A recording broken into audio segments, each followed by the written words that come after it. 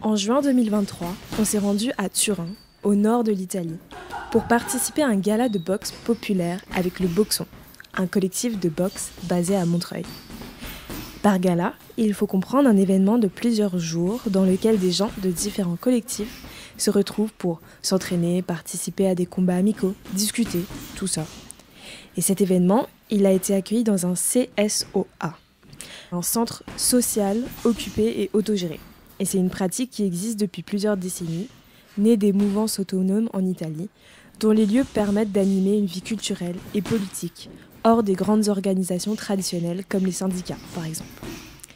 Et El Gabrio, justement, c'est là où tient ce gala. C'est un CSOA, et c'était une ancienne école désaffectée.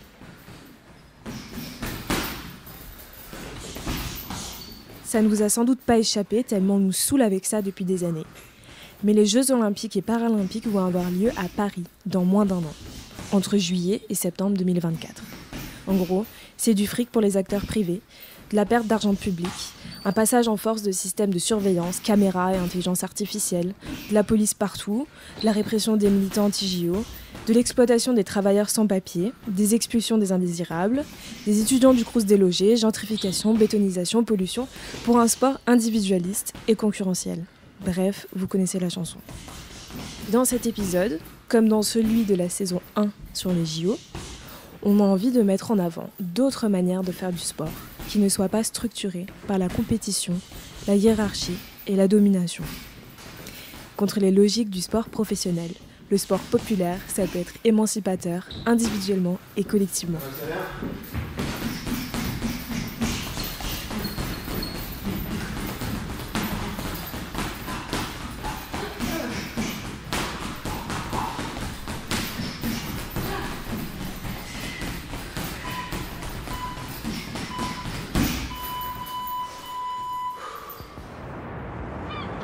Je te l'avais dit. Allez, viens. Maintenant, est-ce qu'on peut éviter de sombrer dans l'éco-anxiété et être dans l'action ? Allez, viens. Et donc nos luttes d'occupation pour squatter les logements vides contre la gentrification urbaine. Allez, viens. Et puis retrouver peut-être aussi l'art de vivre ensemble, l'art de faire commun, l'art de passer du temps ensemble, l'art de la fête. On est bien. Et en fait, on passe complètement à côté de ce que ça fait au monde d'optimiser. Allez, viens. La violence, c'est le mépris envers les populations. Viens. C'est bouffon du pouvoir, quoi. Le principe, c'est de se réapproprier ses moyens de subsistance. On est bien. Regarde tout ce qu'on peut faire. On peut relâcher des sangliers sur les terrains de golf des bourgeois. C'est génial. Ça va passer aussi par du sabotage. Viens. Allez, viens. Je sentais qu'il se passait quelque chose. Viens. Saison 3, épisode 2. La boxe est un sport de gala. Rencontre de boxe populaire à Turin. Alors à la base, c'est quelque chose d'assez... c'est assez anecdotique, quoi. Enfin, pas vraiment. Mais ça aurait pu être autre chose. En fait, je cherchais une manière de reprendre le sport. Et avec un ami, il m'avait proposé de rejoindre, du coup, ce groupe de sport autogéré à Montreuil. Et c'est comme ça que j'ai intégré l'ASPA. C'était vraiment quelqu'un qui m'y a emmené, quoi. Et au final, j'ai commencé à me prendre un peu d'affection à ce sport-là, à la boxe en particulier, notamment du fait de faire des galas, etc., et d'avoir un petit peu ces expériences de presque combat. Et j'ai commencé à vraiment m'y attacher. C'est des moments où tu te rends compte un petit peu de ce que tu es capable de faire, ce que tu es capable d'encaisser, les regards que tu peux avoir sur toi, la pression que tu peux avoir un peu sur tes épaules, que tu t'es mis toi-même. Et c'est un peu comment tu fais pour affronter ces peurs-là, et en même temps sur un ring, et en même temps en étant face à d'autres personnes, à un public, quoi. Donc c'est un peu une satisfaction de voir que tu peux encaisser tout ça. Et moi, c'est vraiment ces moments-là qui sont assez... qui me poussent à continuer la boxe, quoi. J'ai fait, je pense, 3-4 ans un petit peu dans ces milieux-là. Donc j'ai fréquenté pas mal l'ASPA, j'avais fait plusieurs galas, etc. Et l'année dernière, j'ai repris un petit peu la boxe avec le Boxon. Et là, je me suis vraiment j'étais motivé pour faire vraiment de la boxe un peu à fond. Et du coup, je suis entré dans un club par la suite en début d'année, en septembre. Donc depuis, je sais pas moi, 10 mois quoi. Et effectivement, à ce moment-là, j'ai pu vraiment un peu faire la différence entre ce que c'était ces deux ambiances de sport, celle à l'intérieur d'un groupe autogéré, etc., où il n'y a pas de professeur, où chacun un peu donne de sa personne pour faire vivre le cours, etc. Et le club avec le coach qui donne un peu ses directives. Et enfin, je sais pas, il y a quelque chose qui est assez marquant pour moi déjà, c'est la différence de la mixité à l'intérieur de ces groupes-là. Le groupe du boxon, c'est un groupe qui est quand même plutôt mixte. Et à côté, mon club, c'est un club qui est plutôt un club de garçons, quoi. Il y a vraiment très peu de meufs qui s'y entraînent. Et en général, c'est une meuf ou deux qui font partie, qui sont là pendant la séance. Et voilà, quoi. Elles sont un peu dans leur coin, soit elles sont coachées par quelqu'un, soit elles font un peu leur séance dans leur coin. Et c'est pas du tout les mêmes ambitions. J'ai l'impression que c'est un club qui est pas mal axé sur la compétition. Donc qui forme plutôt des jeunes, c'est un club assez populaire, c'est un club de quartier, qui forme plutôt des jeunes à aller vers la compétition et voilà, enchaîner un petit peu les championnats. Tandis que ce qu'on fait nous au boxon, c'est plutôt, et ce qu'on faisait aussi à l'ASPA, c'est plutôt anti-compétitif, hors de toute considération de concurrence, etc., quoi. Donc là-dessus, il y a vraiment deux intentions qui sont vraiment différentes. Moi, c'est Léna. Je fais de la boxe depuis 1 an. J'ai commencé au boxon à Montreuil. Donc, c'était en janvier. Et à partir de septembre, j'ai commencé à m'investir un peu plus dans le boxon. Et du coup, ça voulait dire essayer de donner des cours, faire un peu plus qu'un entraînement par semaine. Moi, je suis arrivée à faire de la boxe parce que je connaissais un copain. Et il m'a dit viens, on s'entraîne là. Et donc je suis arrivée au boxon et j'avais jamais fait de sport de combat. Et ce qui m'a motivée, je pense, c'était vraiment le fait de... C'est un peu bizarre dit comme ça, mais de se prendre des coups et de pas paniquer. Et ouais, et derrière ça, il y avait aussi un peu un truc de se réapproprier une violence que des fois tu t'as pas choisi. Pour ma part, c'était plutôt des trucs où je m'étais retrouvée dans des situations pas cool, un peu de violence conjugale et de trucs un peu pas chouettes. Et du coup, le fait d'aller taper sur des gens et de pas paniquer, de pouvoir rendre les coups, ça... Enfin, c'était un peu un objectif un peu intense, mais je sais pas, je me suis dit que ça m'aiderait. Et à la base, j'y suis allée pour ça. Et en fait, les personnes à qui j'ai fait de la boxe, c'est devenu des copains et des copines. Et ça marche trop bien, quoi. Après, moi, j'ai trop aimé rencontrer les gens via la boxe. Où en fait, nos échanges pendant super longtemps avec certaines personnes, c'était juste autour de ce sujet. Et on savait pas ce qu'on faisait à côté dans la vie. C'est pas une sociabilité où on est assis à une table et on discute de sujets. C'est un truc où c'est dans une pratique. Et ça, moi, ça m'a beaucoup aidée à me sentir à l'aise avec les personnes et après à approfondir certaines relations. Du coup, je fais partie du collectif Maladroite Boxe Populaire de Marseille. C'est un collectif de boxe anglaise populaire autogérée.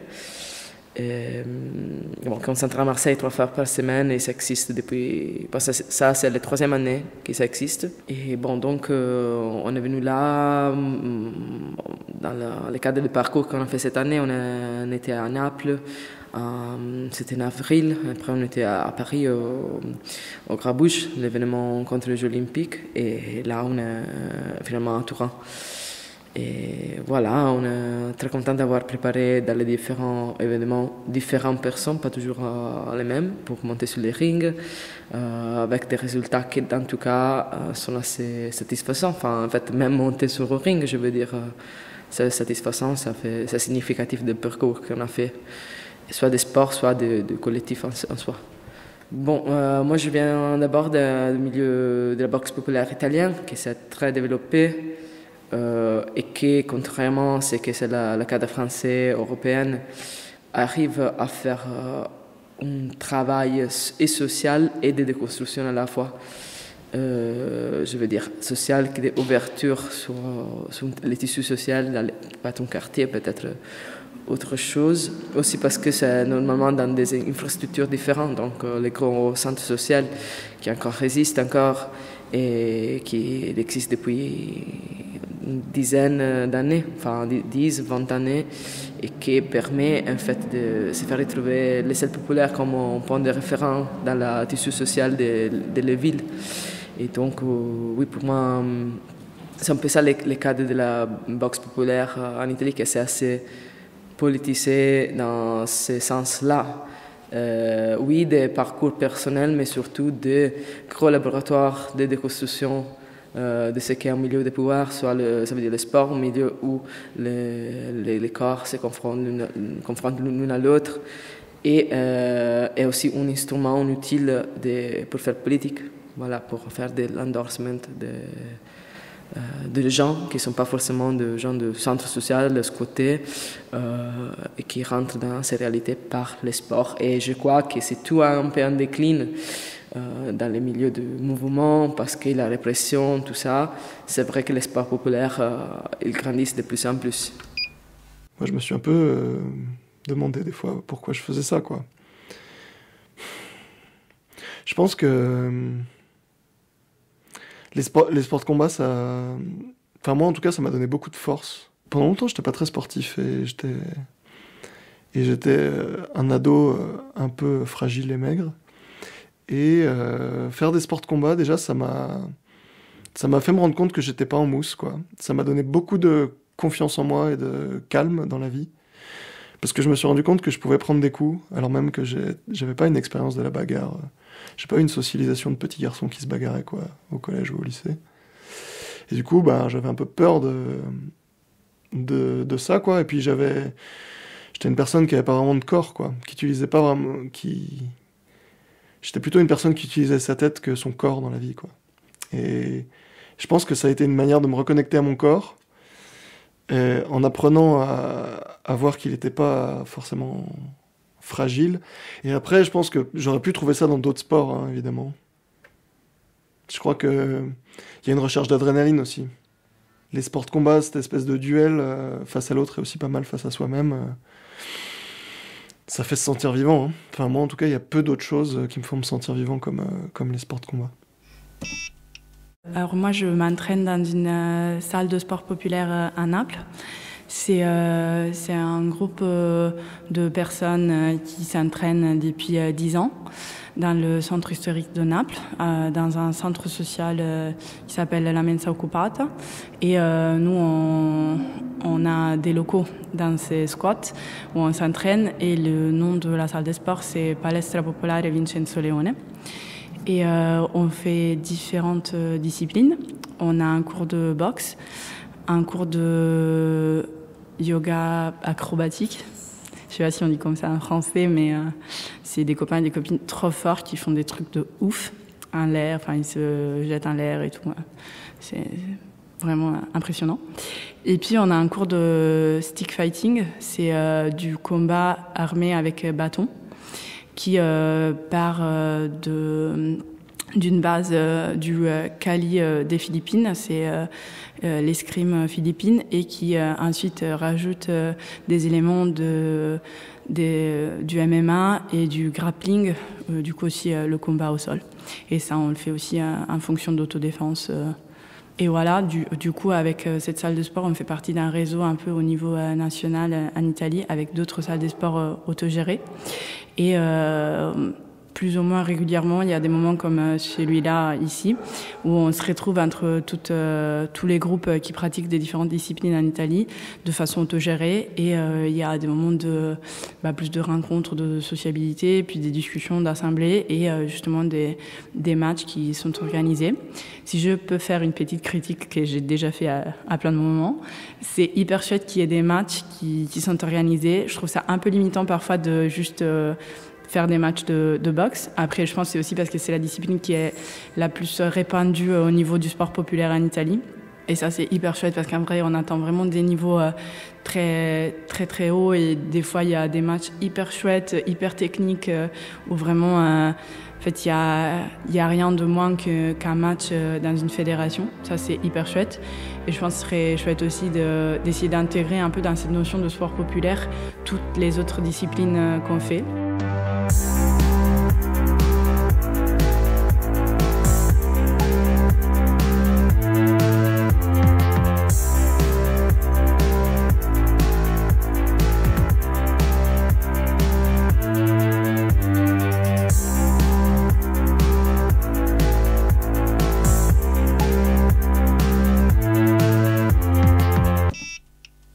Du coup, moi, j'avais pas du tout d'intention de faire de combat en partant à Turin. Comme j'avais fait déjà mon combat à Naples, j'avais pas trop envie de me remettre dans une préparation comme ça. Et en plus, je trouvais ça sympa aussi qu'il y ait d'autres personnes qui combattent et j'avais envie de faire partie un peu de la bande de l'équipe, quoi, et de faire les corners des personnes qui passaient parce que je trouvais que c'était aussi un rôle qui m'avait beaucoup aidé, moi, quand j'avais préparé mon combat pour Naples. Et du coup, on s'est entraîné, je pense... Quand on a pris la décision de partir à Turin, ça devait être un mois et demi avant la rencontre. Et du coup, on a commencé à se préparer un petit peu plus intensivement que d'habitude. Donc, on s'est retrouvés jusqu'à 3-4 fois par semaine pour s'entraîner et faire de la boxe. Et on y avait vraiment mis une ambition un petit peu sportive, quoi. Donc on voulait vraiment une préparation physique et technique qui soit un peu à la hauteur parce que d'après ce que j'avais compris de ces rencontres, il y a quand même une ambition sportive qui est un petit peu plus... Enfin, qui est vraiment présente, quoi. On est venu parce que on avait des amis d'un collectif de Marseille qui connaissaient les gens qui organisaient l'événement à Turin, quoi. Et en fait, c'est toujours un peu comme ça que ça se passe, les galas de sport populaire. C'est un peu des liens interpersonnels d'abord qui connectent différents clubs, et ce qui fait que souvent on retrouve un peu les mêmes personnes d'un gala à l'autre. C'était la première fois que j'allais à Turin, et c'est la première fois donc, que je découvrais les centres sociaux qui nous ont accueillis. Ça m'a trop donné envie, quoi, parce qu'ils ont vraiment des énormes espaces, qui sont des espaces qui ont été squattés, qui sont encore squattés, il me semble. Et du coup, ils ont ces trucs qui ont ouvert des centres énormes. Là, en l'occurrence, c'était une ancienne école. Elle a été squattée il y a genre 13 ans. C'était l'anniversaire des 13 ans, il me semble. Et du coup, ils ont pris vraiment le temps de tout aménager hyper bien. C'était hyper beau. Ils avaient une énorme palestra, du coup. Ils appellent ça palestra, c'est les gymnases, quoi. Leur salle de boxe, qui était vraiment hyper belle. Des miroirs partout, des sacs, un ring au milieu qui était magnifique. Et du coup, ça donnait vraiment envie d'avoir un espace comme ça dans lequel on soit un peu ancré et qui nous permette d'investir un peu aussi bien qu'ils ont fait là-bas, quoi. Ouais.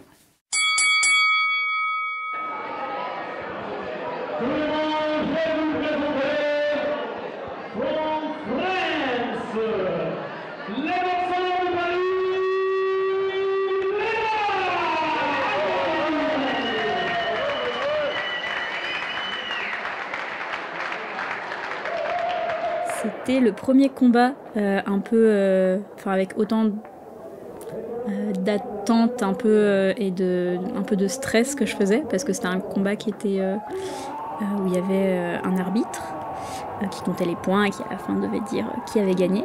Du coup, je pensais au début que ça allait plus me stresser. J'y allais quand même en ayant envie de gagner. C'est un peu ce dont je parlais à tout le monde. Je vais faire un combat, ça va être un peu plus sportif que le dernier que j'ai fait, où c'était plus une démonstration. Et là, je boxais avec une personne que je connaissais pas du tout, de Turin. Et elle, c'était son premier combat, mais elle en avait fait depuis 4 ans. Et donc, une semaine avant, j'ai eu son poids et sa taille. Et du coup, on était de la même catégorie et tout, donc ça, c'est super parce que c'est pas souvent que je trouve des personnes qui font ma taille et mon poids pour boxer. Du coup, je fais sais pas si c'est intéressant que je le dise, mais je suis plutôt un petit gabarit, où du coup je fais 1m60 et 48 kg à peu près. Donc d'habitude, c'est plutôt des personnes au moins plus grandes avec qui je boxe. Et là, je savais qu'on allait faire la même taille, mais je savais qu'elle faisait 4 ans, ça faisait 4 ans qu'elle en faisait. Et moi, ça fait que 1 an. Et j'y suis un peu allée en me disant, je vais faire ce que je peux, et on verra.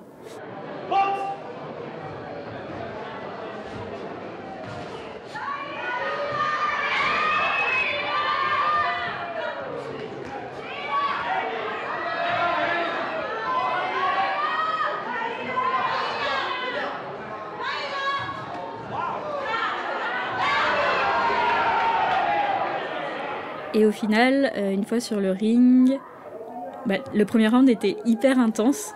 Et où d'habitude, où je tiens plutôt sur le cardio vu nos gabarits, on donne beaucoup de coups, même s'ils sont un peu moins forts que d'autres personnes, mais c'est quand même une sacrée cadence.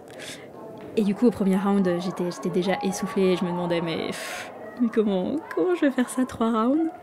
C'était 3 rounds de 2 minutes du coup. Et au final, sur le moment, j'étais un peu en mode survie. Ouais, je me sentais un peu débordée.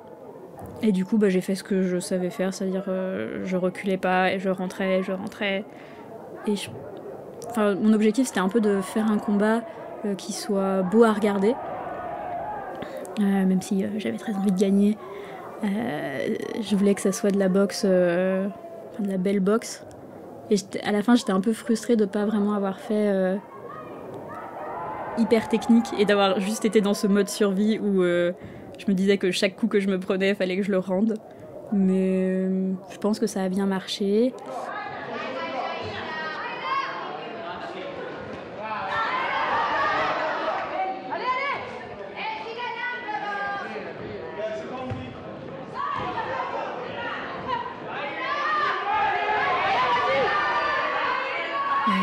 J'ai pas gagné. C'était le premier combat qui passait de tous les sparring. Et à la fin, j'étais complètement shootée de toute l'intensité que ça faisait. Et j'ai mis un petit moment à redescendre. Au début, j'étais juste un peu déçue de ce que j'avais fait. Et en fait, au final, comme il y avait les autres copains et copines qui passaient juste après moi sur le ring, et en fait le fait de les regarder combattre, je me suis dit que c'était vraiment pour ça qu'on était venus. C'était pour voir les copains et copines combattre et voir des beaux combats.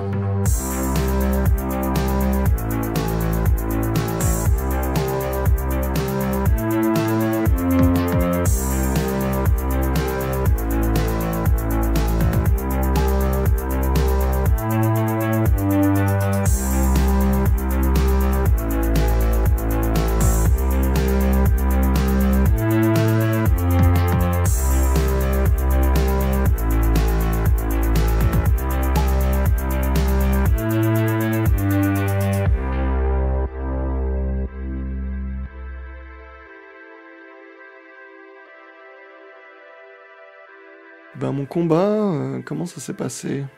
Déjà, mon adversaire, il arrivait assez tard sur le lieu, et du coup, ça m'a un peu stressé parce que je le cherchais partout dans l'après-midi, parce que j'avais envie de savoir à quelle sauce j'allais être mangé. Et quand il est arrivé, d'une part, j'étais soulagé de le voir, mais en même temps, ça a commencé à me stresser parce que on s'échauffait dans le même espace, en fait. Et là, j'ai senti qu'on s'est juste dit bonjour, on s'est salué, et qu'après, il a fallu que je m'échauffe dos à lui, parce que sinon, j'allais commencer à me comparer. Et en fait, pour bien réussir un combat, il faut quand même être sûr de soi, quoi. Et le voir s'échauffer, voir ses belles combinaisons, j'ai senti que ça pouvait me déstabiliser. Du coup, je lui ai assez vite tourné le dos. Et là, comment ça s'est passé ? J'ai mis des musiques que j'aimais beaucoup, quoi, des musiques qui me donnaient de la force, que j'étais capable de chanter par cœur. Et là, en fait, à ce moment-là, on est seul avec son coach. Et c'est une relation très, très intime, en fait. Je respire un peu.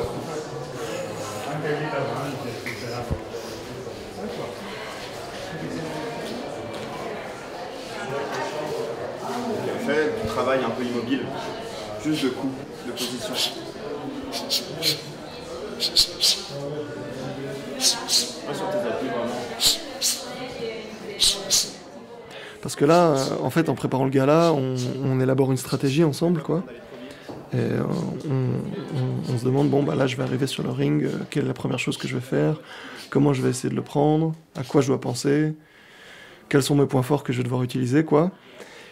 Et du coup, en fait, c'est vraiment une relation de confiance, c'est vraiment une relation très intime, quoi. Parce que t'arrives sur le ring et en fait, t'as une salle entière qui gueule, mais toi, dans ta tête, il n'y a plus qu'une seule voix, quoi. Et c'est la voix de ton coach. Respire bien, respire, souffle, souffle, souffle. Bien, bravo ça. Bien. Enfin, et c'est là que tu vois que la relation marche, quoi. Tu vois, et il va te dire des trucs et tu vas les faire, quoi. Et en général, si tu les fais, ça marche bien pour toi. Et donc du coup, je suis assez content parce qu'en fait, j'ai réussi à mettre en place la stratégie qu'on avait voulu mettre en place, quoi. Et du coup, vraiment, l'idée qu'on avait, c'était de miser sur beaucoup de déplacements et d'entrée-sortie, quoi, de limiter les risques, de jouer sur la longe et d'essayer de toucher, mais en ressortant assez vite pour pas prendre de contre. Et j'ai réussi à faire ça. Et je pense que si j'ai réussi à le faire, c'est aussi parce que j'avais une équipe avec moi qui me faisait confiance et en qui je faisais confiance, quoi. Uppercut au visage. Bien, rentre à l'intérieur. Moi, j'avais pris ça très à cœur d'accompagner les deux personnes qui passaient leur combat. Ouais, j'avais pris ça un peu perso, je pense, un peu personnellement. Et du coup, j'étais hyper touché des moments où ces personnes sont montées sur le ring, quoi. C'était vraiment un super moment assez intense à voir. Les deux personnes ont très bien boxé. Et c'était super chouette à regarder. Moi, j'étais vraiment à fond dans les matchs. J'ai chaud. Ouais, toi, t'as taffé aussi. Hein. Franchement, tu m'as fait travailler. T'avais même plus de voix à la fin. Ah ouais, non, je pouvais plus. L'arbitre, le coach d'en face, il gueulait aussi. Hein. Ah ouais, il gueulait. Il faisait des 4 sauts tout le temps. Et ça, c'est vraiment la magie du truc parce que j'entendais que toi, quoi. Il n'y avait plus une seule voix à part la tienne. Stylé. Du coup, j'étais dans un combat mixte. Et c'est pas que souvent ça passe ces choses dans le milieu italien.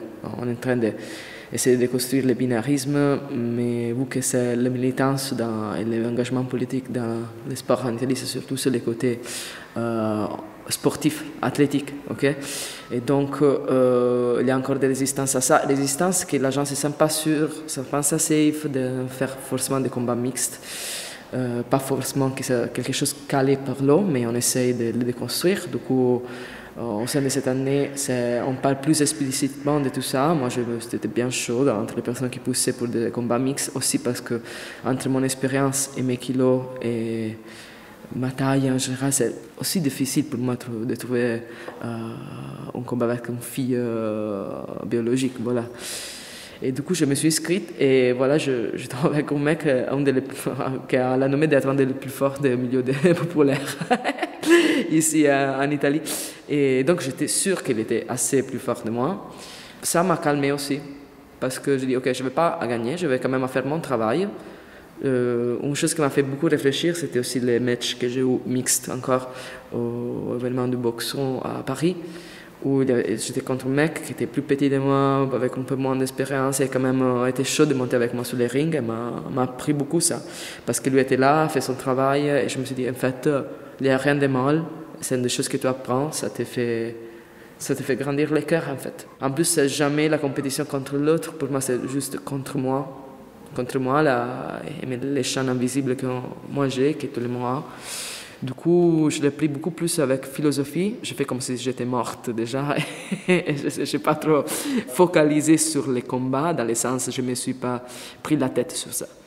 Par contre, j'ai tout mis sur on va arriver au moins reposé, on va arriver au moins détendu. Après, je me suis toujours entraîné, 3 fois par semaine, et même aller à faire un peu de cardio, parfois de plus. Du coup, je suis quand même dans une bonne forme. Je ne vais pas pousser plus. je me suis dit, il faut que j'arrive et j'ai envie de faire ce que je sais faire. Ce que je n'arrive pas à faire, je ne le fais pas. Et bon, et c'est très très bien passé, je suis très content de moi. Même si je dois faire une boxe, peut-être c'est pas forcément la mienne, donc moi je devrais bouger beaucoup sur les jambes, mettre la distance. Je savais que je n'avais pas le cardio pour le faire. Le mec il est hyper rapide. Je fais ce que je pouvais, j'ai bien mis, j'ai bien répondu. Avant de faire ça, on s'est pris un moment, moi et lui, on a un peu discuté de comment on se sentait, qu'est-ce qu'on cherchait, de qu'est-ce qu'on voulait. Et justement, mon argument c'était. Je ne sais même pas rien que tu puisses être plus fort de moi. Bon, déjà, je ne vais pas je vais pas blessé je sors du ring avec des grosses blessures, mais ça, c'est pas l'esprit du sport populaire. Du coup, c'était exclu. Je veux qu'on fasse les 3 rounds au mieux qu'on peut. Au mieux, de façon un peu belle, pas bagarreux, pas respectueux. Et en vrai, c'est très bien passé avec les mecs. Et on s'est checké beaucoup. Lui a un box très différent de la mienne, parfois les gardes bas, parfois très dynamique, parfois ça semble que ça manque un peu. Mais en vrai, on s'est toujours hyper checké. Je trouve ça trop bien. Et oui, et parfois être avec des personnes fortes, en général beaucoup plus fortes, ça donne presque un peu plus de protection parce qu'ils contrôlent mieux. Ils sont plus conscients de ce qu'ils font. Et du coup, paradoxalement, c'est la fois où j'ai perdu ce combat, mais c'est le combat qui m'a donné plus de satisfaction de ce que j'ai fait.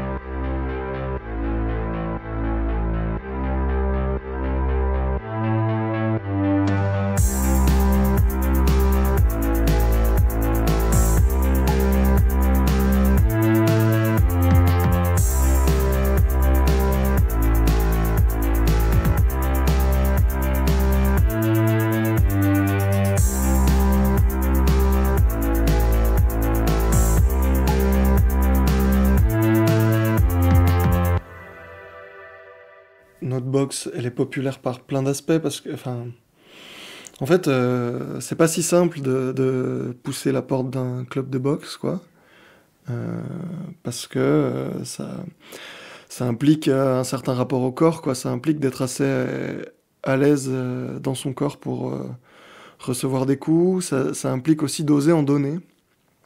Et ça implique de se faire confiance et ça implique de faire confiance aux autres aussi. Et je trouve que même moi, en tant que mec 6, ça n'a pas été quelque chose qui était évident, quoi. Et en fait, quand j'ai découvert la boxe populaire, alors j'étais pas ici, j'étais à Lyon à cette époque-là, mais j'ai vraiment trouvé un cadre qui me permettait de pouvoir expérimenter mon corps dans des... en tout cas, de pousser mon corps à faire des choses que j'aurais pas imaginé être possibles, quoi. Et du coup, d'aller complètement hors de ma zone de confort, mais dans un cadre dans lequel j'avais confiance, quoi. Et avec des gens avec qui j'avais confiance. Et du coup, je pense que le premier aspect de la boxe populaire, pour moi, c'est ça, quoi. C'est de créer un cadre dans lequel on peut oser sortir de sa zone de confort, même si on n'était pas la personne prédestinée à faire ça, quoi. Que ce soit de par ton genre, de par ta classe ou de par plein d'autres choses qui surviennent, quoi. Donc ça c'est le truc essentiel. Le deuxième truc, bien sûr, c'est l'idée de faire un sport qui est non marchand. Là, nous, on habite dans une grande ville, là, on est à Paris. Faire des sports de combat, ça coûte assez cher. Et pour moi, c'est important que l'argent, ça soit pas un problème dans la vie. Et alors pour ça, bien sûr, soit on est riche, soit on s'organise. Et donc, nous, on est plutôt de ceux qui s'organisent. Et donc, on met en place un prix libre pour pouvoir filer du matos aux gens qui en ont besoin, s'entraîner gratuitement dans des espaces qu'on nous met à disposition à prix libre. Et quand il y a des événements comme des galas, pouvoir y aller tous ensemble aussi et mutualiser les coûts si besoin, quoi. Et puis la troisième chose... pour moi, la boxe populaire, elle est aussi autogestionnaire, quoi. C'est-à-dire que Bien sûr, on n'a pas tous les mêmes connaissances du sport, on n'a pas tous le même rapport à ça, mais on essaye de tendre vers un cours où les savoirs circulent de manière horizontale, quoi. Où il n'y a pas un maître qui nous explique comment faire, mais on essaye chacune d'apporter quelque chose à ce cours, quoi. Que ça soit en tenant un échauffement, que ce soit en montrant une technique, que ça soit aussi en contribuant à la bonne ambiance, en s'occupant les unes des autres, quoi, aussi. L'idée, c'est de dire que c'est un cours qu'on construit tous ensemble, quoi. Au Boxon, du coup, on fonctionne en mixité. On accueille tout le monde et souvent on fait des rappels de comment on fonctionne au début des cours, comme des fois il y a des personnes qui viennent d'arriver. On demande à tout le monde de faire attention à la place qu'il ou elle prend, surtout quand c'est des hommes cis. On rappelle bien aussi qu'il faut faire attention à l'intensité des coups qu'on met. Moi j'ai jamais trop subi ça, mais visiblement dans certains cercles avec les sports de combat, il y a un peu ce côté où quand t'es une meuf et que t'arrives à toucher pendant un sparring ou même un entraînement, il y a un petit côté le gars en face se retient plus et ça peut valoir un peu des coups de pas de punition mais des trucs un peu dans ce genre-là. Et là du coup le principe c'est que vraiment c'est pas on se tape mais on est tous consentants pour se taper avec l'intensité qu'on a prévue, quoi.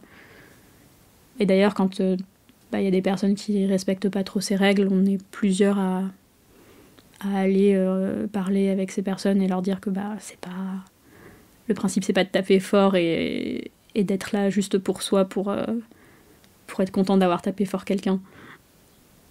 Rendre un peu systématique l'utilisation des casques même à la fin de nos entraînements pendant les sparring, je pense que ça rend aussi la pratique plus accessible parce qu'on évite de se faire peur.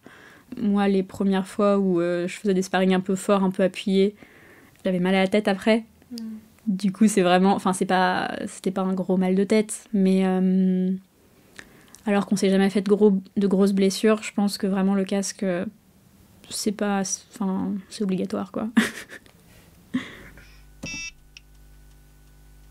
Pendant le gala à Turin, c'est beaucoup revenu dans les discussions, cette opposition entre la boxe de la fédération et la boxe populaire.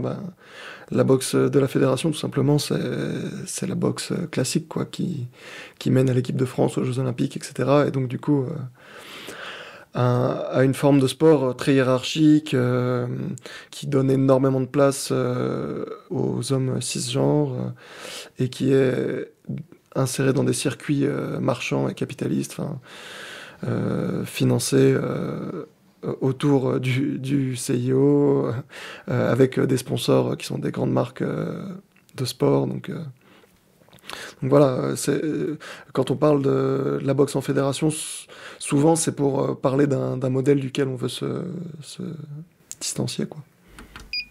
On a un milieu de sport qui veut être et ouvert et accessible déjà, et ouvert que ce soit la personne, carrément pas des fachos, pas des machos, pas des flics, tout ça, mais qu'en même temps, dans l'ouverture, c'est de déconstruire certaines choses qui sont structurelles de la pratique sportive. Le sexisme, c'est un exemple, mais les rapports de pouvoir, déjà aussi, ça pourrait être autre chose entre les entraîneurs et les gens qui apprennent, par exemple. Et oui, comment on peut changer nous, dedans un sport et les sports avec nos pratiques, et donc les déconstruire, les rendre quelque chose d'autre, et qui sont fort important, utile de travail social. Oui, le sport en soi c'est important, comme pratique, ça nous fait sentir vivantes, on est accroché à ça, mais surtout c'est une pratique collective en fait. C'est un projet, ce sont des projets collectifs et sociaux. Voilà.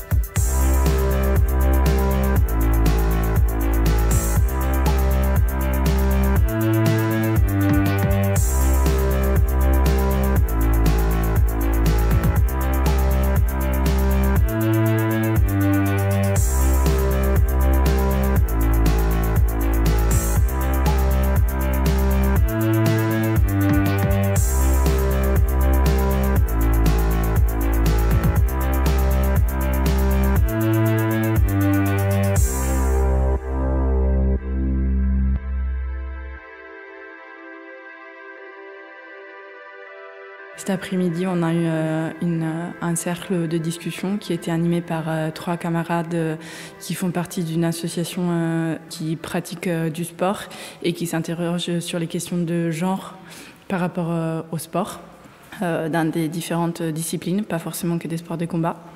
Et une des camarades, elle nous a fait un exposé sur, en gros, l'histoire, on va dire, du sexisme et des différences des genres dans les sports, et notamment dans les Jeux olympiques. Et puis, elles nous ont proposé des petites discussions par groupe. Donc, elles avaient préparé des questions qui étaient liées, par exemple, à la compétition dans les sports, au sexisme, à des questions d'inclusion ou d'exclusion, à comment on conçoit notre performance sportive, quel type d'agonisme on a aussi avec nous-mêmes. Moi, j'ai participé à un groupe de discussion sur le sexisme, où on a été amené à réfléchir sur la question de qu'est-ce qu'on fait quand il y a des comportements sexistes ou oppressifs, dans nos groupes de sport, et qu'est-ce qu'on pourrait appeler justement un comportement sexiste ou oppressif. Et nous, ce qu'on s'est dit, c'est que tout d'abord, notre démarche serait plutôt d'aller voir la personne qui a vécu cette forme de sexisme, plutôt que la personne qui l'a agi un premier temps, pour savoir justement comment cette personne, elle a vécu, elle a ressenti le truc, et quel type de réaction et quel type de visibilisation de ce qui s'est passé elle veut avoir.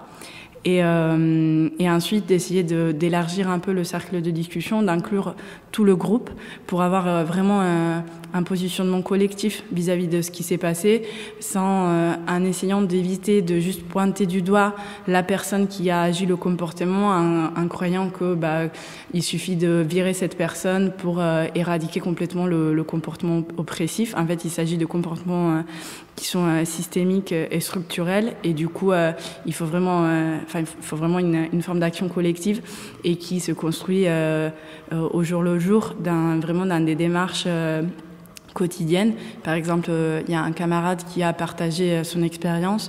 Lui, dans son groupe, à chaque entraînement, en fait, au début, il rappelle de quel type de cours il s'agit, de quel contexte, dans quel lieu il s'entraîne, et du coup qu'aucun comportement sexiste, oppressif, raciste, machiste, blablabli, sera toléré. Évidemment, ça c'est au niveau du discours. Après, faut aussi avoir des pratiques cohérentes avec ça, mais c'est déjà quelque chose de poser un peu cette ambiance du début de l'entraînement.